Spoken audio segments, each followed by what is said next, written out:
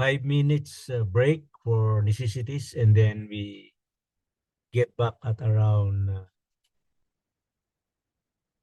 what's your time there? It's already 5:07 on my watch. So let's have some break and be back at around 5:12.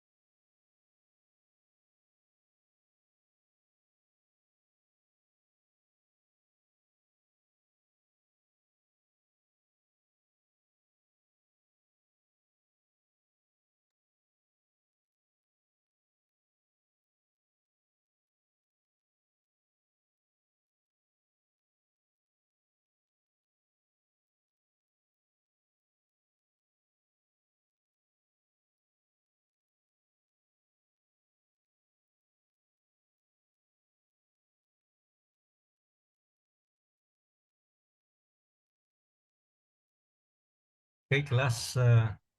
Good afternoon once again. I think everybody is ready. So there are already 9 participants among us, so they can have our class already. And may I ask everyone for a short prayer. Father of light and fountain of all wisdom, this moment we come to you to raise our adoration and our praises to you as you're our God. We ask this moment that you continue to be with us, especially these enrollees of this class, that we ask for guidance and knowledge from your throne so that your Holy Spirit will be able to be guided by your love and grace, and may be able to understand the matters that we will be having this afternoon. Thank you, Lord, for forgiving our sins and also for hearing our prayers. In the worthy name of your Son, Jesus Christ, we pray. Amen.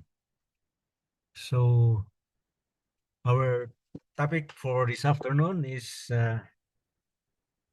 on integration of theory and practice. As a background, I think we missed 2 classes, live online classes, because of some engagement that I have had for the last 2 meetings. So apologies for that. However, we will try to cover the 2 topics that we are not able to cover for the next 2 meetings. And I have posted in our class group chat the materials for the previous topics, and I hope you were able to download them on your tablets or your gadgets and had have time to read them.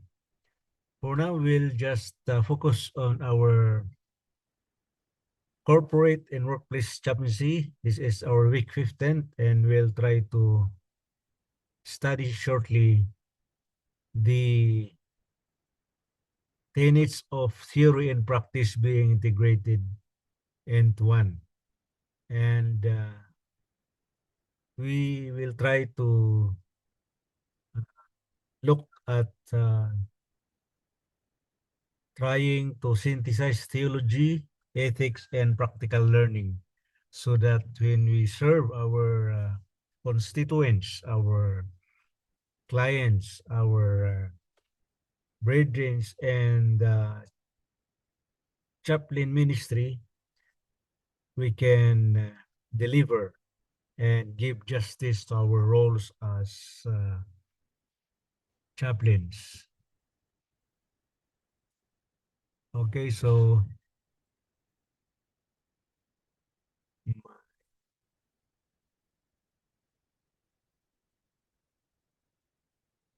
excuse me for a while. I think there's a technical problem with my unit.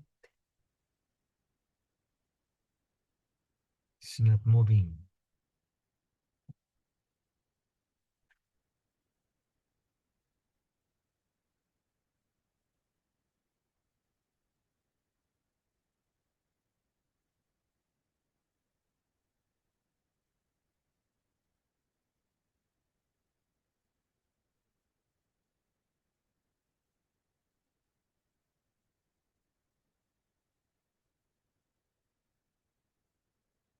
Okay, for our module overview, this is the capstone module of Chaplain 104, meaning we are now at the heart of our whole subject, as we will learn to converge theory into practice. We will synthesize the theological foundations and ethical principles and practical skills that we have learned in our previous lectures. Our goal is a coherent and unified approach to workplace chaplaincy. And We focus on integration, application, and readiness for real-world service. No matter how comfortable we are in the theory part, there are some challenges when we go to the practical or when we go to application of what we have been learned from this platform. So we'll try to see how we can handle when we are already at the proper and appropriate places that we will be assigned later. So effective chaplaincy is not a collection of separate skills or techniques. It is a unified way of thinking, responding, and serving every person. So we are referring to uh, the various scenarios that will confront us later when we go to the field. So this session, I should say, will prepare us for responsible and ethical ministry in the workplace.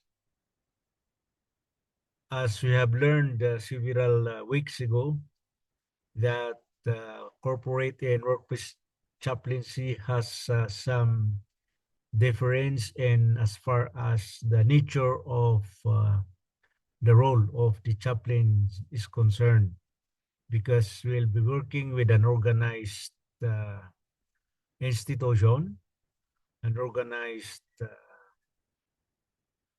yeah, organized place where the structure is there.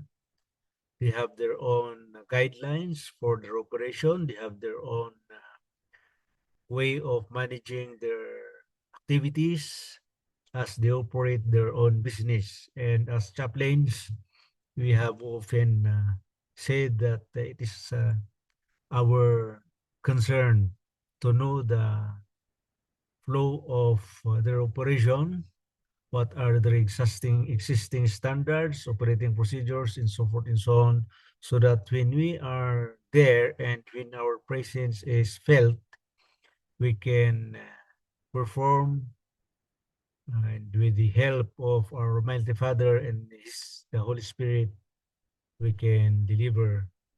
And as far as our role as chaplains is concerned, okay. Now we will find the secret of integrating theological, ethical, and practical chaplaincy principles into one framework.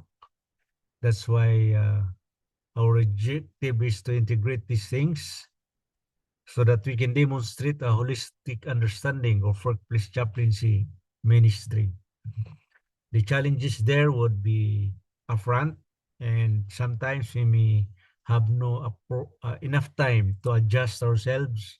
So what we do is to, in this class, we try to foresee and plan how we can be of help in the situations that we shall be facing later on.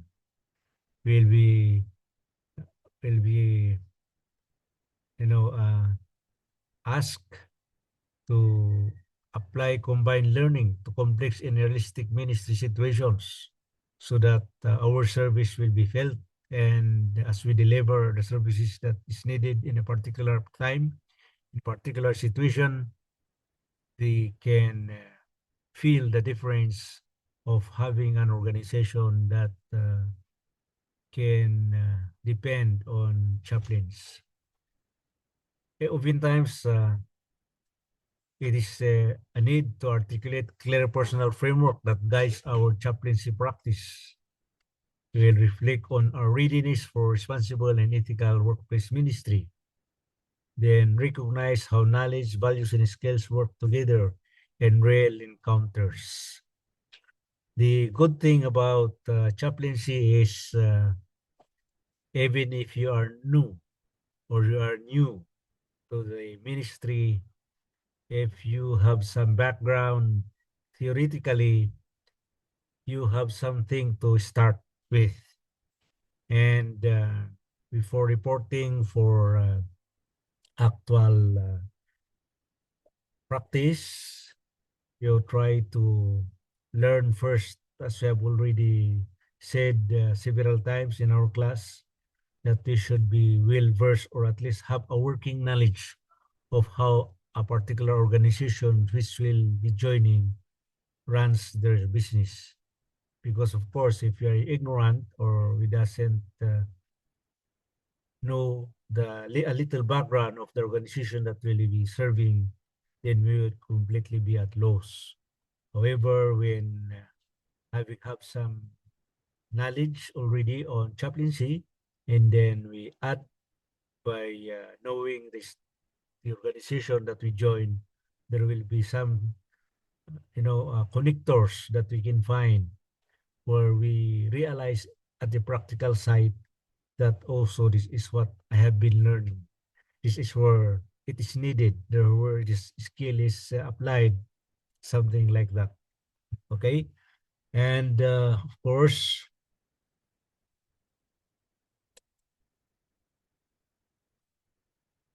what does it mean to be fully prepared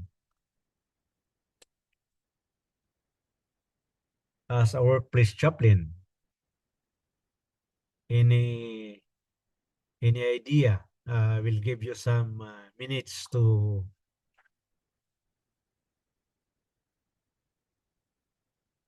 reflect on this, and maybe some can give even few answer. So you try to reflect before answering. So you can try to relearn. I mean, recall what you have learned several weeks back.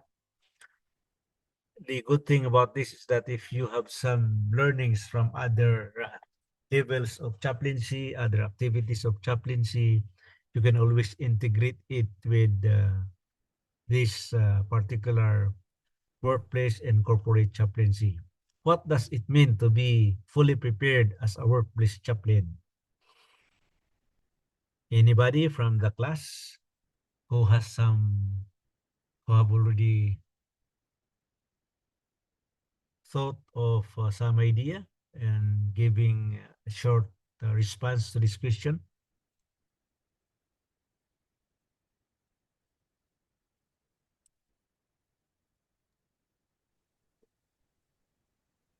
Hello po, sir. Good afternoon. Yes, come on, Sir Solomon. Is that you? Yes po. Yes Okay, po, go Doc. ahead. Go ahead, sir. Yeah. The question is, what does it mean to be fully prepared as a workplace chaplain? In my idea po, Doc, of course, as a full-fledged chaplain who is ready for a workplace, of course, we must be uh, ready mentally and then physically, and of course we must be uh, prepared or like well prepared to our function, and then being flexible as a chaplain because there are some uncertainties that we can meet along the way as a chaplain, or different cases, different problems of people that we can encounter along the way as a chaplain. So, most of all, we must be also spiritually ready. Yeah, this is the most important thing that we can do as a chaplain. We must spiritually ready and equipped and execute as uh, as as a chaplain. Yeah. So I think that's only my idea, sir. Thank you very much. Okay, thank you very much, Sir Solomon, for that very good idea. Yeah, you said prepared physically and mentally.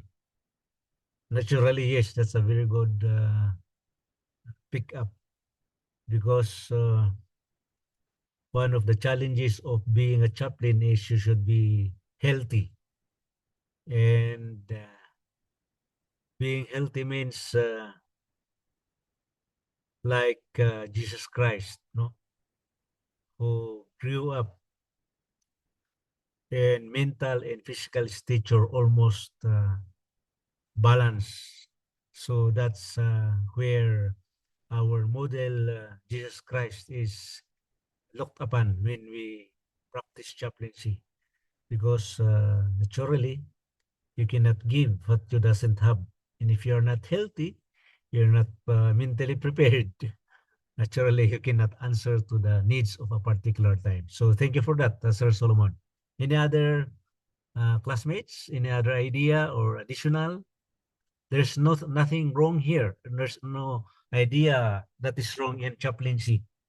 Everything can be used in a manner that can be helpful in our practice, in as long as uh, it is within the bounds of our service and ministry. Meron pa ba who wants to give their Yes, ideas? Doc.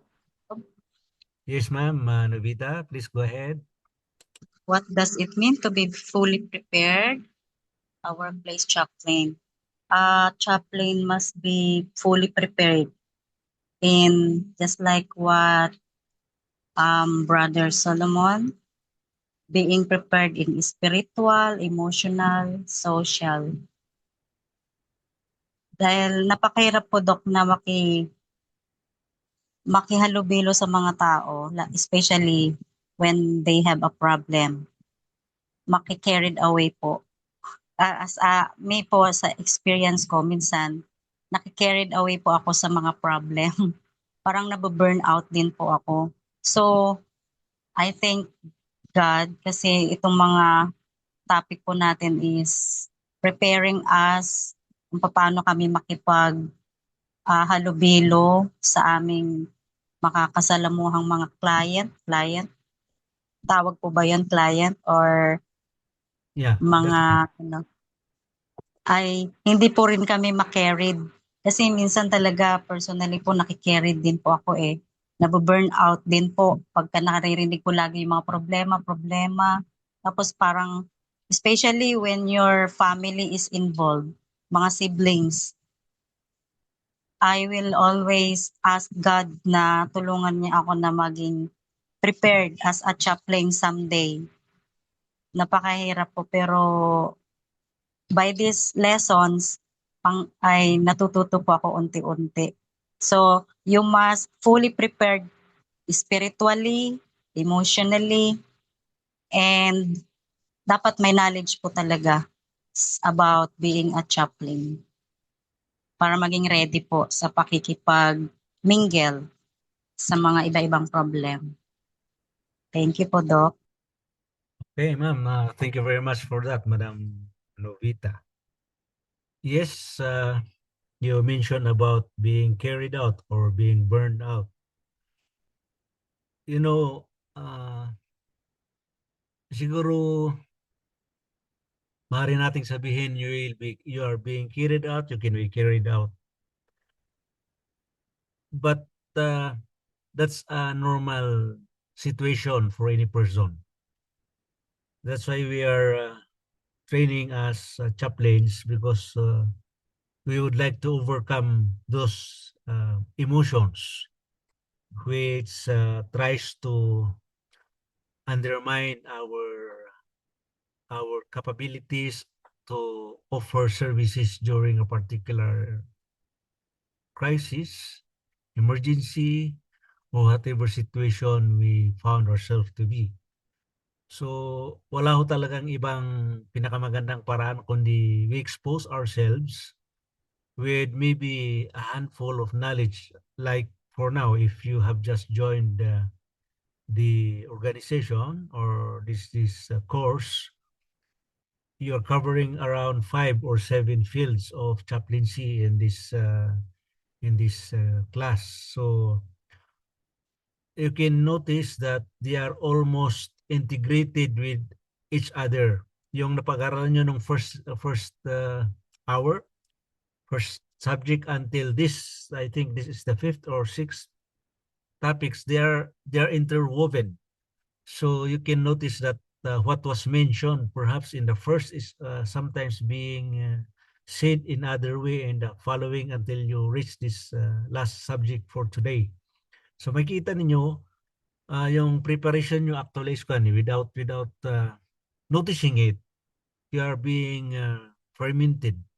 You are being molded to a particular level where even if we are all novice, for example, in chaplaincy, you can still have a degree of trust and confidence in yourself because you have encountered several professors, you have encountered several classmates, and you have heard how a particular thing is being addressed. No, so all we have to do here is to recall them, and then when we are alone in our maybe free time, we try to see how these are tied up together.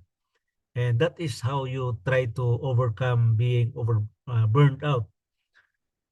Actually, one of the things that we would surely face when we are in the actual scenario is being burned out. See, for example, in a crisis, and then you are there at the first hour until the seventh hour, you might find yourself already tired, exhausted, and maybe weak or too weak to help physically. But if you know how to follow the tenets of being a chaplain, there are corners, there are slots during the time where you can rest, where you can, that's why in workplace and corporate chaplaincy, uh, for my part, I always emphasize that you should have a very good background on how the organization operates. Because if you know how they operate, you know the particular person that you can ask for guidance, help during emergencies, during crisis in their own organization. You know who to talk with, you know who to call, you know, because you're alone there. And if there are 1,000 people there, and it is an emergency, let us say it's a fire, what would you do? Okay, so these things are common, especially when you are in the metropolis where a particular fire would broke in one area and then it's followed by another in another area and you're facing at the same organization. So that's right. Those are the things that we should be prepared for: being burned out, being physically exhausted, and also uh, trying to hold back our emotions. Okay, so that's very good, Madam Navita. Thank you for that. Okay, maybe those two opinions are well enough, and we proceed to so that we can cover our topic for this afternoon. And we have to be prepared. Tama yung sabi kanina, no? Preparation is not the only accumulation of knowledge and information. It is integration of theology, understanding God's call to care for people. It is the practice of ethics, meaning knowing boundaries, confidentiality, and fairness. These three things are always interjected in all areas of our services. It is a communication skill, listening well before responding or advising. It is a cultural awareness, honoring diversity in every encounter. Okay, I think I don't recall if there you have a subject this day on diversity.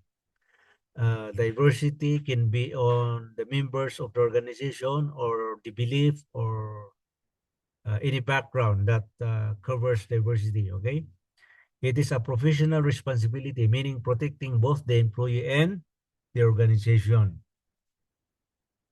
Also, and trying to understand all these things, let's try to review the core foundations that we have learned.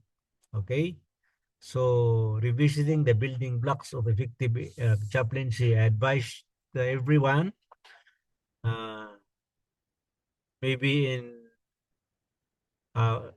this today's Sunday, maybe at least twice in the whole week. You try to recall, you try to revisit your notes. I think our group chat is almost, our class group chat is almost complete with the information there from section 1 to section, except except 8 and 9, because those are examinations, no? And the rest you can always review them. Maybe our lessons are very short. They can be reviewed in 10 to 15 minutes. Just read them. You need not to memorize. Just try to review how it is done, and then that's good enough for everybody. No, you start from the first until the seventh, and then from the 10th until the 15th. For those things that you're not able to discuss on this platform, I posted them on our class group chat for you to refer to, or you can download it and have your own copy. Okay. So if you recall, would we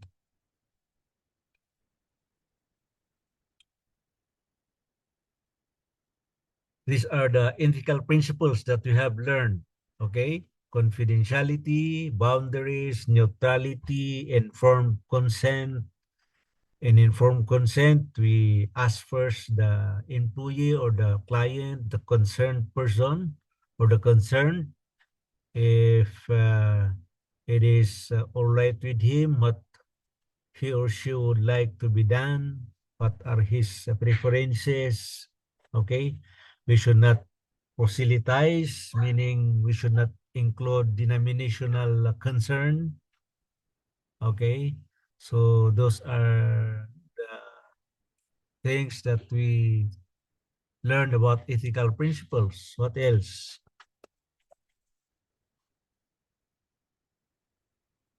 On interpersonal skills, on practical ministry, that is on week 3, core foundation. No, there should be an active, or a chaplain should be active listener, an active listener, attentive. And when we see listener, you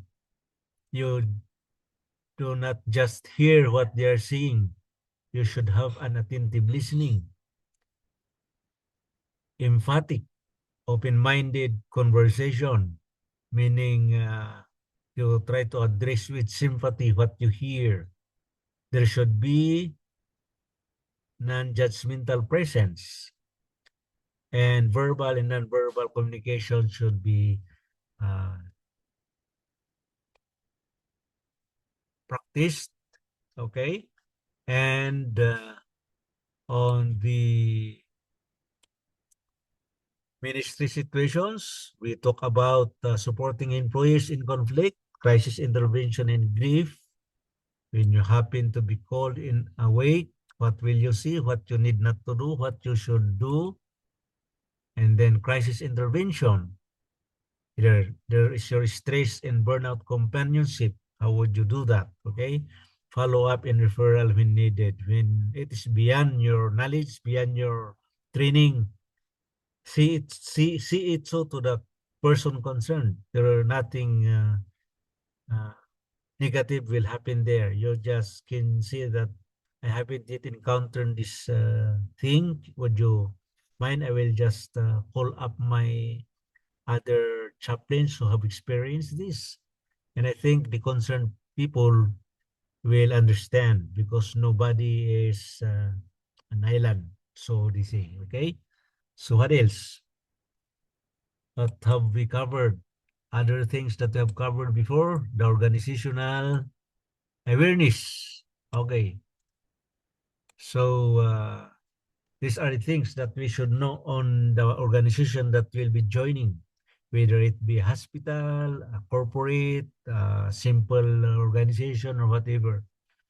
Every workplace has a distinct culture, norms, values, and unspoken expectations. So as chaplain, we must learn the culture before attempting to serve within the organization. You cannot just go there and sow as others say, no? You should have a very good background on it. Policies govern what the chaplain may and may not do in the workplace, because I have seen in different standards of different organizations, sometimes there are the same patterns, sometimes there are unique with a particular organization. Program structure defines the chaplain's role, scope, and reporting lines, so should know how to follow the program structure. So whatever is discussed here, when you try to recall, that is what we should deliver.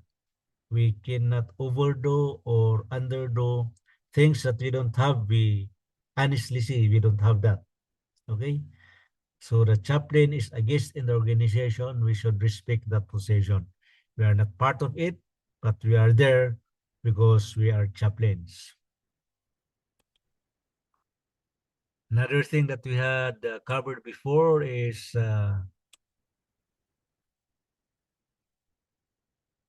key insight. You look at this. Theology, ethics, skills, and organizational awareness are not separate subjects. They function together in every real ministry situations. So what are we trying to see here, guys? We're trying to tell ourselves that in any organization, these things works together. You can have a theology, there are ethics that are involved, there are skills that are needed, and the organization that we are joining, all these things, we will encounter them. So we will always remember that they function together. And if we have these things, meaning if we go there and serve and we know why we are there, okay, that's the theology of that. What does God want us to do in that particular thing? That is the theology part of that chaplaincy. Okay, we know that when Jesus was on earth, he worked, he walked, he talked, he slept, he discussed with the people that he joins, and even in his humanity, he was able to display the things that no one can, because he knows that he has a father to depend upon. Okay, so I hope that is the power of integration. These things works together. What else we should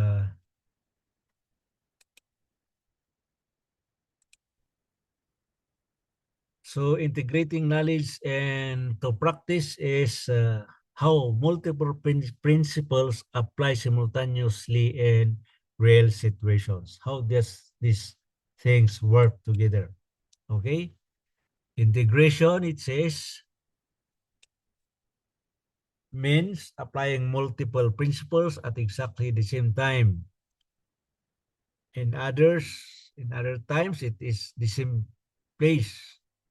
No single scale is ever enough on its own in a real chaplaincy encounter.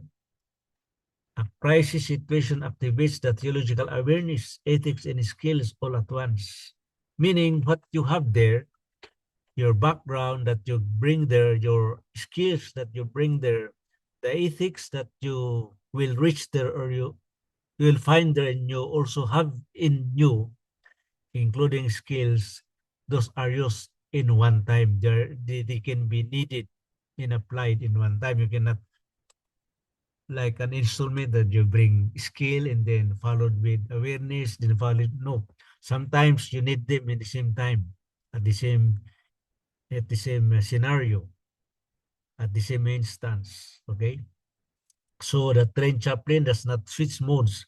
They operate from a unified center. So uh, that should be our weapon. We do not, uh, although if you are alone in that particular assigned in that particular organization, you have to know where to get help, assistance. It doesn't mean that when you are there, your presence there, your being there is enough, but when you still know that you can depend on others whom you think are trained chaplains like you can always have at least a touch with them, a connection with them. Okay? Why? Because let us say in a particular community, it happens that you're only one, but in that particular organization, there are many things that should be faced at one time, at the same moment. So before acting on that, you should know whom to approach. If you cannot approach any authority in that organization, you should at least know of 2 or 3 more chaplains assigned in a nearby organization, and you can use their talents. You can ask support. Brad, do you have this? Sister, do you have this? I'm in need of this. Can you at least come for a while? Those are things because we are working in unity here. That's why if you look at I hope you were or somebody have oriented you on the LCMB's I system. We know of all those people around us in one town, in one city. We know that in a particular barrio, barangay, whatever, there's a particular chaplain that is working there, assigned there. Or by birth, he was there, she's there, something like that. Those things will help. Integration is the difference between performing a role and genuinely ministering. What does that mean?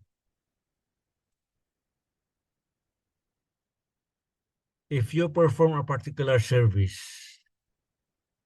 and you only apply what is the one that you have mastered and the other things are also needed there, then you are not doing a genuine ministry, no? So sometimes being a chaplain is very challenging, but the thought of the Master being with us, our Lord Jesus Christ, His Holy Spirit, and when you are prepared, you know that you have all these things that it can be supplied to you in a particular time. It takes time, experience, and reflection to develop through integration. Yeah. Uh, Fellow chaplains, there's nothing as magic and chaplaincy. You have to go through. We have to go each experience, and from this you will learn from it. Okay. This course has prepared the foundation. Field practice builds, and let us look at an integration of an employee in crisis. This is a sort of trying to apply what we have just discussed. Okay? An employee reaches out during a moment of personal and professional crisis. What does the chaplain do? First is pastoral care. The chaplain offers emotional support, calm, warm, non-judgmental presence. Ibig sabihin, nakita ka lang nung taong nangailangan, solve na yung kalahating problema niya because, he or she knows that the presence of the chaplain in the organization is a good thing. So, he or she may approach you or may not, but seeing that you are there, he or she will take some confidence and bringing to your attention the thing that she wants or he wants to ask for. Then you have the ethical awareness, confidence, immediately active. Everything stays protected. So, yun po ang panang ethics. Chaplains are well-versed with the ethical things that should be present in that particular moment. The communication skills, meaning that chaplain listens fully before speaking or offering any response. We cannot be God that before they see something we know it already, no? So the communication skill is needed. You have to listen first. We cannot say that, oh, when you're under the fig tree, I know you. We cannot do that. We are chaplains. We have to train ourselves to communicate properly. Then the cultural sensitivity, language, background, beliefs, these things has to be taken care of because we're dealing with people who are trained and different backgrounds other than what we have. Okay, so within the boundaries of the organization, the chaplain works. So we have to know the boundaries. Okay, and also Section 3, the holistic chaplaincy framework. This is a 5-step model for integrated ministry practice. So what are these?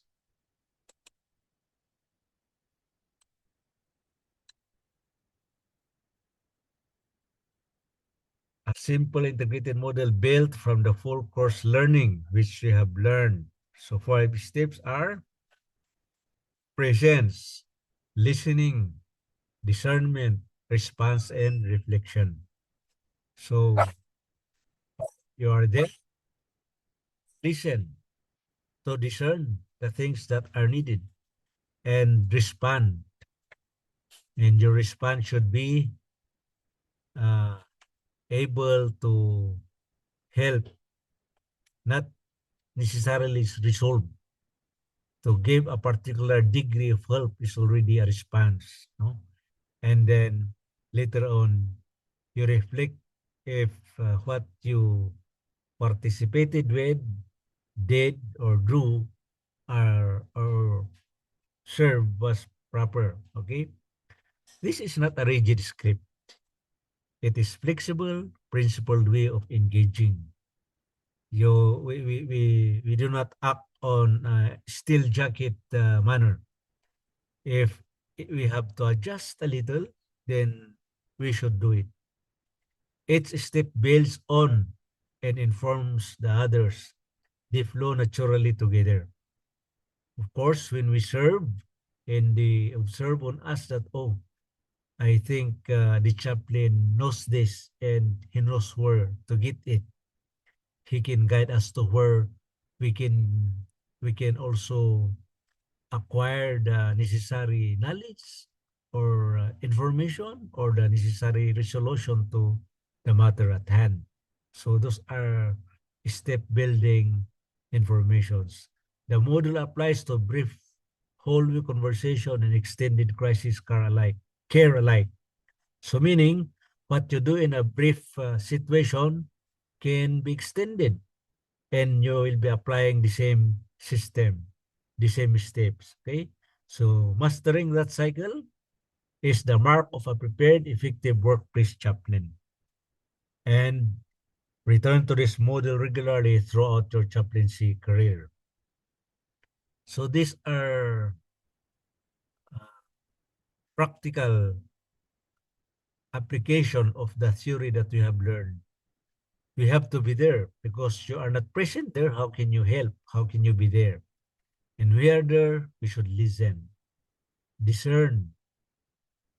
Discernment is deeper than understanding. Meaning, if you have listened and you have learned that there's something to be done or there's nothing that you should do, that is discernment. So that you can qualify which response is expected from you. And that response should be reflectable matter. Okay? Return to this model regularly throughout your chaplaincy career. We have to repeat this, guys. Okay? And to make it more emphasized or to give more emphasis, guys, step 1 is presence. When you are there, you should become attentive and fully available, meaning you should have no reservation. And your presence there is really needed. Your unhurried presence communicates safety and care. If they see that, oh, our chaplain is calm, it appears that she is not worried. It appears that she is ready for anything. Okay, listening, understand fully before responding. It's very, disgusting. It's very, unmasking if you respond immediately and then your response is another to what the situation needs. Okay, that's what we mean here. That's why you have to listen, because listening is the weapon to understand and to help you decide on what matter of help or assistance you should extend. Okay? So it's easier, listen, not just to words, but to emotions, tone, and body language. Yeah, for example, it is something on emotional matters. You can see on the facial appearance of the guy you're talking with. You can observe from his body language. You can observe by how he expresses himself or herself. Are there stammers? Are there some sort of trying to hide some things like those? Those are ways of listening to our clients. Why first? Presence and listening form the foundation. Nothing else work without them. Meaning, why? Why should it be this way? Why should it be that way? Why should be it him? Why should it be her? Okay? What this prevents. If this is what I will do, this is what I will tell, no? What shall it prevent? Okay, so rushed advice, premature conclusions, and responses that miss the real need. So it should have uh, an on-time evaluation of what you have to give, and this is part of the discernment. The practical posture,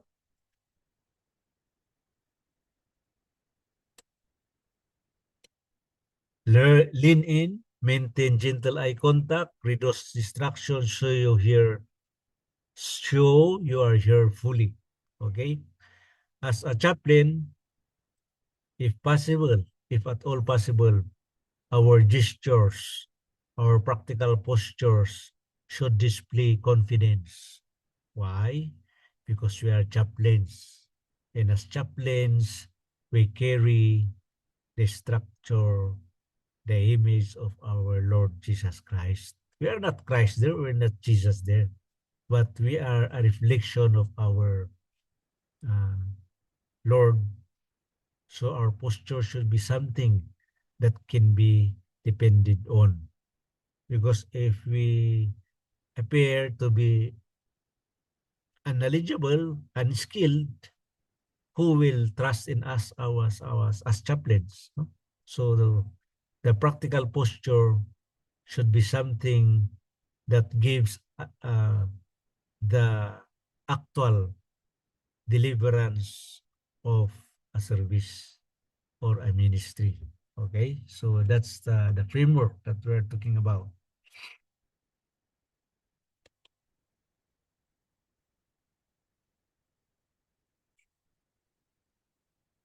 So we talk about step 3 and 4, discernment and response. Okay. Identify the emotional, ethical, and relational issues present. What are the ethical things? What are the relational issues that is there? Okay. What do we discern? Is this grief? Is it stress? Is it a conflict? Is it a spiritual struggle? Or mix of these three things or four things? What does this person actually need? Okay, that would be discernment. Because as we said a little while back, it is not chaplaincy if what we deliver is not what is needed. Okay, so what is response? other appropriate care, support, presence, or referral without overstepping clear boundaries. So those are our response. If we can personally deliver the needed care or support, so be it. If our presence is enough, then that's good. But if we need to refer them to higher or more complete service, then in as far as you are not stepping boundaries, that can be done. Okay, that's why in our previous lessons we discussed that we should be aware of what are the organizations in our place, in the particular place, that has something to do with psychological assistance, medical assistance, whatever kind. If it is a fire, where is the uh, fire support is present? Is it 1 meter, 2 meters, 1 kilometer? Those things are matters that we should at least look upon. Okay. What response is not? What do you do that is not needed? Okay. Do not advise, do not diagnose, do not solve the problem. It is emphatic boundaried companionship, meaning you cannot diagnose because you're not a psychologist or you're not a doctor. You do not give an advice because why? The advice might not be what the person needs, even if you have a very good discernment. The danger there, I hope you will understand, is that because if they follow that particular advice and an orthodox thing happen, they might put the blame or look at you as not a very effective chaplain. Okay, we are not there to solve the problem. We are there to guide the concern and help them look for the solution of their problem themselves. Okay, so that is the boundaried companionship. Discernment guides response. The better you discern, the more befitting and genuinely helpful your response will be. We cannot just guess. We have to use our discernment. Okay? So step 5 concerns reflection. After every encounter, ask what happened. What worked? What needs improvement? What has to be improved? It's not self-criticism. Criticism. Reflection is not self-criticism. It is a professional growth and spiritual accountability. Was the response delivered as a chaplain the proper thing, the right one? Okay. We are chaplains. We should be perpetual learners. Every situation teaches us something new. What you know before, it can be added in the next instance. Okay. We learn while we serve. We grow while we deliver our ministry. This cycle is not linear. Reflection fits back into better presence and listening. So as we encounter and have more reflection, the better we become the following situation. Journaling, supervision, and peer review are practical tools for reflection. Okay? What do you mean by journaling? You have your own tickler, your own notes, your own notebook. As a chaplain, I think they have lectured this on you. You should have at least, if you are engineer, it is a field book. Okay, the thing wherein you will be writing everything that you when you interview your client, when you listen, what things did you notice? It should be jotted down there in your journal. Supervision here doesn't mean you have a direct connection with the employee or with the person in the organization. It is a supervision where your presence is determined, meaning, the chaplain is with you. You are with the chaplain. You went to a chaplain, and then the person who needs that your presence is properly guided. that is supervision. And peer review are practical tools for reflection. We ask from each other, their chaplains, especially if you have a partner in that particular organization assigned, then it's good. You can ask from each other, was my discernment good? Was my handling of the situation right? Okay, you exchange notes because peer review is a very good tool for us chaplains. I saw that you did this a little, you answered this way. I think I can learn from that, something like those, okay? Without reflection, chaplains repeat mistakes and encounters misgrowth or repeats misgrowth. Meaning, we always reflect on the things that we have delivered, we have done, to look at it if it is applicable again for the next time. Do we need some improvements? What are the areas of improvements? So those things are very natural and necessary for us chaplains. Okay?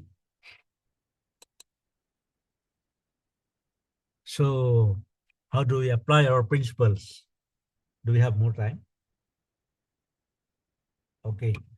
I think we have to cut this. Will continue on section 4 on next meeting because there are a few more minutes needed to explain and discuss this.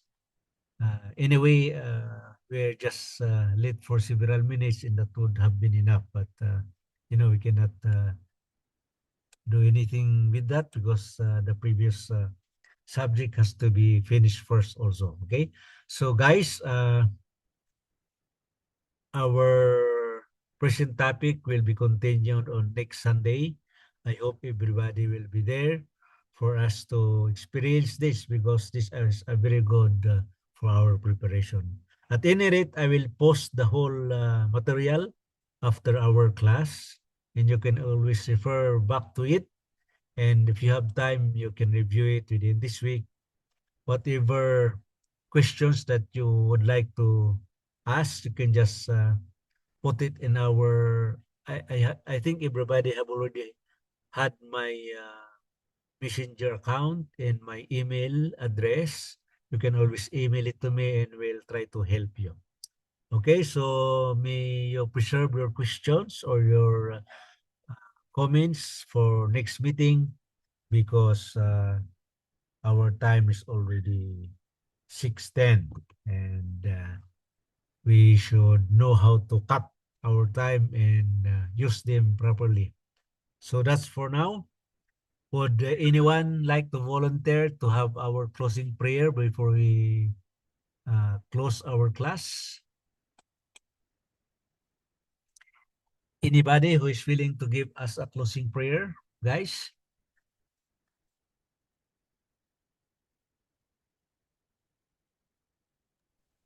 Hello po, Doc. Yes, I'm volunteer po, Doc. yes, Sir Solomon, please. Yes po.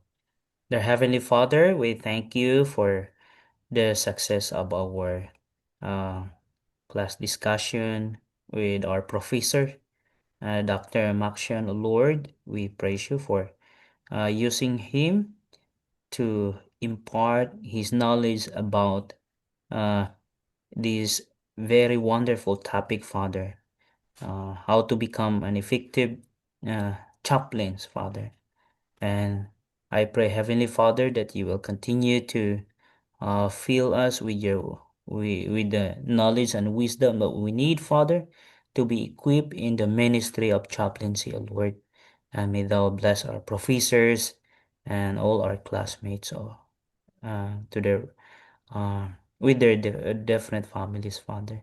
Thank you, Heavenly Father, for hearing and answering our prayers, and please forgive us from all our sins. In Jesus' mighty name I pray. Amen. Amen, amen. So thank you so much, Sir Solomon, for that closing prayer. Okay, thank you guys for being there. We'll see each other on next Sunday. Thank Yeah. you, Doc. Thank Thank you you po, so much. Dog. God Thank bless you. po. Okay, thank you po.